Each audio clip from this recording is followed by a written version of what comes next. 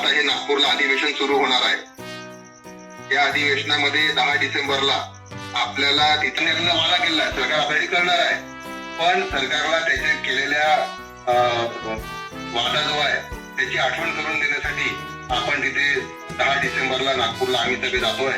आपल्यातले पण काही युवक किंवा काही जे काही लोक येतील त्यांचंही आम्ही या मोर्चामध्ये स्वागत करू आणि सरकारकडून आपण लवकरात लवकर त्या अनुसूचित जाती आरक्षण बळीकरणाचा मुद्दा जो आहे तो क्लिअर करून घेऊ, जेणेकरून आपल्या समजा 100 जागा आज अनुसूचित जातीसाठी राखीव असतील पोलीसमध्ये, त्या 100 पैकी कमीत कमी आपल्याला 8-10 जागा या आपल्या पोरांसाठी राखीव राहतील। अनेक विषय आहेत, त्या आरक्षणाचा लाभ आपल्या पण झाला नाही, पण आता वर्गीकरणामुळे या आरक्षणाचा लाभ आपल्या सगळ्या लोकांना होईल।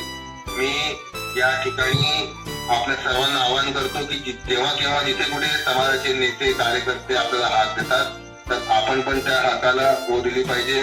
आणि मी तर कळकळीची विनंती करतो की येणाऱ्या 10 तारखेला आपल्यापैकी जे काही युवक जर तिथे आले तर मला सांगा, आपण तिथे तुम्हाला यायची व्यवस्था करून देईल।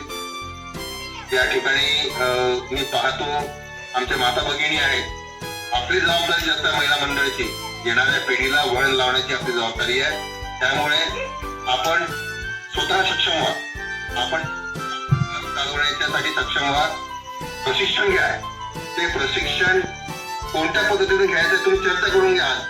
आज मी तुम्हाला पहिल्यांदा ही गोष्ट सांगितली, तुम्ही पण चर्चा करून घ्या की मला आपल्याला बॅग बनवायचे आहे की शिलाई मशीनने छोटे छोटे ड्रेसेस बनवायचं प्रशिक्षण घ्यायचं आहे, लोणचं पापड किंवा इतर गृहोद्योग करायचे आहेत।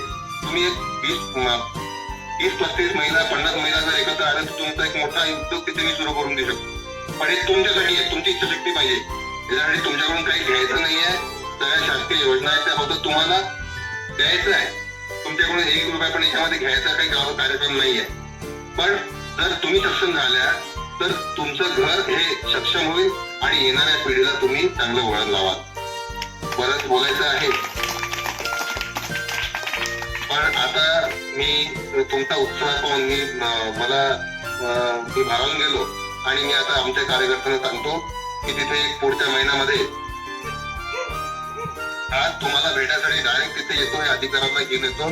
तोपर्यंत तुम्ही सगळे लोक एखादा लहू मी यांना व्हॉट्सअपला पाठवतो, हे काय करू शकतात। आता जे माझ्या संपर्कात लोक आहेत मी यांना उद्या सकाळी व्हॉट्सअपला ते सगळं पाठवतो की या गोष्टी करू शकण्यासारख्या आहेत। त्यापैकी आपल्या महिला मंडळ किंवा आपले जे काही महिला भगिनी युवक आहेत तुम्ही चर्चा करून घ्या की यातले 4 गोष्टी आम्ही करू शकतो, याच्यामध्ये आम्हाला आवड आहे, इथून हा माल चांगल्या पद्धतीने कसा जाईल याची पण आपण काळजी घेऊ। त्यामुळे एक उद्योजकता ग्रुप चांगला आपण तिथे तयार करू। या प्रसंगी मी आता जास्त वेळ आपला घेणार नाही, थंडीचे दिवस आहे, तुम्हालाही जायचं आहे, मलाही काही ठिकाणी निवडणुकीच्या प्रचार संदर्भात जायचं आहे। त्यामुळे मी तिथे आलो की सविस्तर बोलू।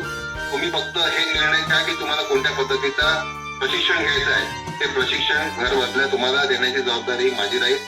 एवढं बोलतो की या ठिकाणी या आपल्या कार्यकर्ता मंडळींनी या टेक्नॉलॉजीचा, या तंत्रज्ञानाचा इतक्या चांगल्या पद्धतीने वापर करून माझा आणि माझ्या माता भगिनींचा सगळ्यांचा या चिमुकल्यांचा संपर्क घालून दिला, त्याबद्दल मी या सगळ्या टीमचे आभार व्यक्त करतो। अतिशय चांगल्या पद्धतीने म्हणजे मातंग समाज किती चांगल्या पद्धतीने विचार करू शकतो, समोर जाऊ शकतो, हे एक उदाहरण आहे। आणि मला याच्यात अभिमान आहे सगळ्या गोष्टी आपल्या सगळ्या कार्यकर्त्यांचा। त्यामुळे मी प्रत्यक्षात तुमच्या सगळ्यांच्या भेटीला येणार आहे। फक्त तेव्हा तुम्ही जास्त लोकांना निरोप द्या, 4-5 गावाच्या लोकांना निरोप द्या, म्हणजे आपल्याला चांगल्या मोठ्या पद्धतीने बैठक घेता येईल। आणि मांगोळ जनकला तसे मला पुन्हा यायचंच आहे, त्यामुळे आता मी जास्त वेळ घेत नाही। मी सर्वांचे आपण माझं 2 शब्द मनापासून ऐकून घेतले, यामुळे सर्वांचे आभार व्यक्त करतो, आयोजकांचे आभार व्यक्त करतो आणि आपण संपर्कात राहूया। मी तुम्हाला पुढची तारीख तिथे प्रत्यक्षाने देतो।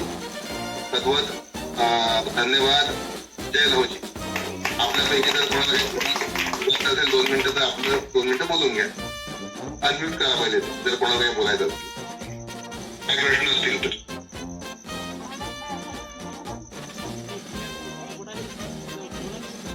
प्रश्न मांडा नाही। जर आपल्याला या विकासाच्या प्रक्रियेमध्ये यायचं असेल तर आपल्याला आपल्यामध्ये काही गोष्टी बदल करून घ्यायचे लागतील। काही बदल म्हणजे आपल्याला खूप काही मोठं पहाड तोडायचे नाही आहे, पण साधे साधे बदल आपल्याला आपल्यामध्ये करून घ्यायला. सर्वात पहिले तर आपल्याला शिक्षणाकडे वळायचं आहे. मी बघतोय की लहान लहान आमचे चिमुकले मुली मुलं बसलेले आहेत.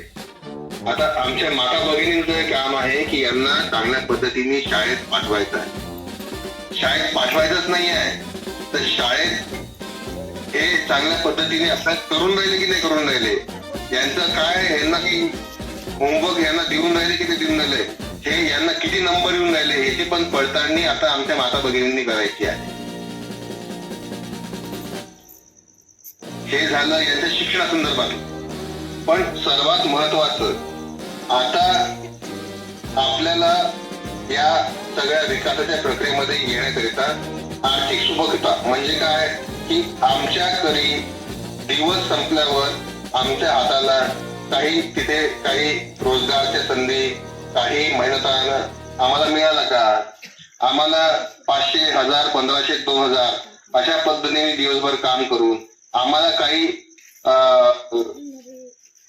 हातची कमाई होणार आहे का, त्याचे काही गोष्टी आहेत का, तर हो 100% अशा पद्धतीने आज जे काही लोक आपण बसलेलो आहात किंवा जे काही लोक आपल्या माध्यमातून ज्यांना हे कळेल यांच्यासाठी मी सांगतो, कौशल्य विकास, लघु उद्योजकता, कुटीर उद्योजकता याच्या माध्यमातून अनेक गोष्टी आहेत ज्या आपल्या जे काही 18 ते 45 किंवा 18 ते 50-55 पर्यंत जे काही महिला भगिनी युवक जे काही शिक्षित नसतील तरी त्यांना आपल्याला प्रशिक्षित करून त्यांना स्किलफुल बनवून आपल्याला त्यांना जे काही रोजगाराच्या संधी उपलब्ध करून देता येतील.